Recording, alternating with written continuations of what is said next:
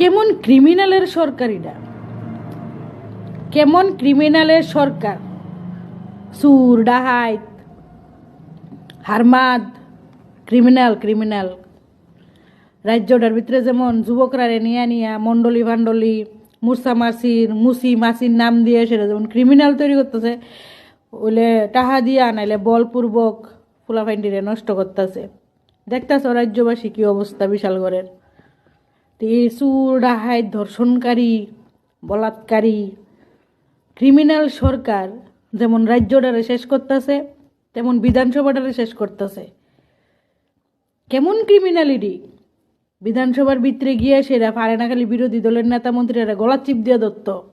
তারার বিধানসভা একজন কেন্দ্রে লোকসভা কিনা রাখছে, মর্জি মতো আইব না আইলে না আইব, কেউ কথা কইতে পারতো না। স্পিকার তারার লোকসভা বিধানসভা তারা কিনা লাইছে, স্পিকার অবধি তারার লজ্ঞা দে, তারার কথায় উঠে বয়।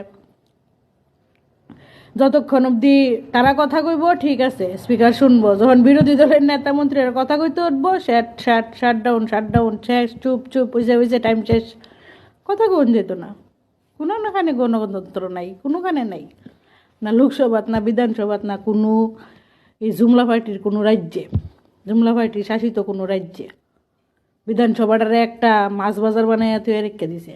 বিরোধী দলের নেতা মন্ত্রীরা কিছু কেড়ে কইব, তারার অধিকার নাই, তারার অধিকার নাই। এই ক্রিমিনালগিরি বেশি দিন আর চলতো না। মানুষ এখন বুঝ জ্বালাইছে রাজ্যটারে তো একবারে তলানিত লয়ে গেছে গা। মানে রাজ্যটি এই জুমলা শাসিত রাজ্যটি কইতেছে মাটি ভাইটটা যাক গা, আমরা ঢুকিয়া যাই গিয়া, মাটি ভাইটটা গেলে গা আমরা ঢুকিয়া যাইতাম গা। এমনভাবে হাহাকার করে থুয়া রাখছে।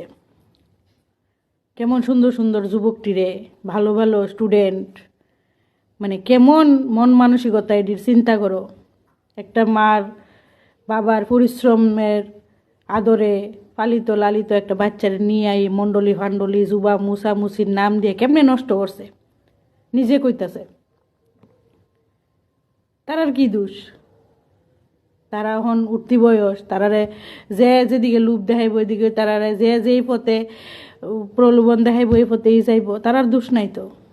তারা যে দাদা আছে চিন্তা করিস না, ওই দাদাটির দোষ।